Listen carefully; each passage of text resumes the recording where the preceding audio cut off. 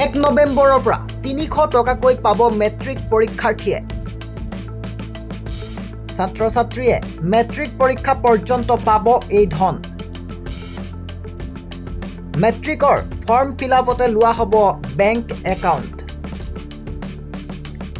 এই ধনেৰে পৰীক্ষাৰ বাবে যাৱতীয় কিতাপ কিনিব পাৰিব পৰীক্ষাৰ্থীসকলে। পৰীক্ষাৰ্থীগৰাকীয়ে পুষ্টিকৰ খাদ্য খাব পাৰিব এই ধনেৰে। পৰীক্ষাৰ বাবে সাজু হ'বৰ বাবে পৰীক্ষাৰ্থীসকলক প্ৰদান কৰা হ'ব এই ধনৰাশি। মেট্ৰিক পৰীক্ষাৰ 10 অক্টোবৰত ৰেজিষ্ট্ৰেশ্যন শেষ কৰিব লাগিব। আজি আমাৰ কেবিনেটত আমি ঘোষণা কৰা আৰু এটা আঁচনি আমি অনুমোদন দিওঁ। এইবাৰ যিসকল ল'ৰা ছোৱালীয়ে মেট্ৰিক পৰীক্ষা দিব তেওঁলোকৰ ফৰ্ম ফিল আপ অক্টোবৰ মাহৰ 10 তাৰিখে সামৰণি পৰিব। এইবাৰ ফৰ্ম ফিল আপত আমি তেওঁলোকক অনুৰোধ কৰিছোঁ যাতে তেওঁলোকে বেংক একাউণ্ট নম্বৰটো দিয়ে।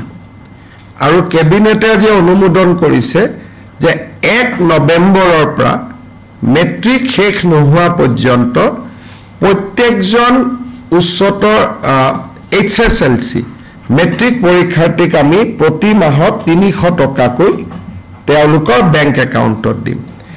এই টকাখিনি তেওঁলোকে বুকছ কিনিব পাৰিব, নোটবুকছ কিনিব পাৰিব, নিউট্ৰিচিয়াছ ফুড ল'ব পাৰিব। অৰ্থাৎ 5 লাখ ষ্টুডেণ্টে মাহত 300 টকাকৈ অলমষ্ট আমি মেট্ৰিক কোন মাহত হয় নাজানো, যদি এপ্ৰিলত হয় 6 মাহৰ কাৰণে পাব, যদি ফেব্ৰুৱাৰীত হয় 4 মাহৰ কাৰণে হ'ব, যদি মাৰ্চত হয় 5 মাহৰ কাৰণে পাব।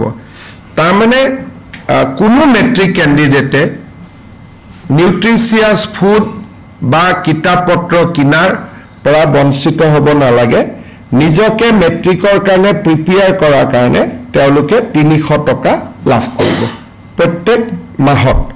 আৰু এই আঁচনিটো 1 নৱেম্বৰৰ পৰা কাৰ্যকৰী হ'ব। আপোনালোকে হয়তো ভাবিব যে ল'ৰাবিলাকক ফৰ্ম দিব, নহয়, আমি মেট্ৰিকৰ ফৰ্ম ফিল আপতে তেওঁলোকৰ বেংক একাউণ্ট নম্বৰটো লৈ ল'ম আৰু তেওঁলোকে পোনে পোনে তেওঁলোকক আমি 1 নৱেম্বৰৰ পৰা 300 টকাকৈ দিয়া আমি আৰম্ভ কৰিম।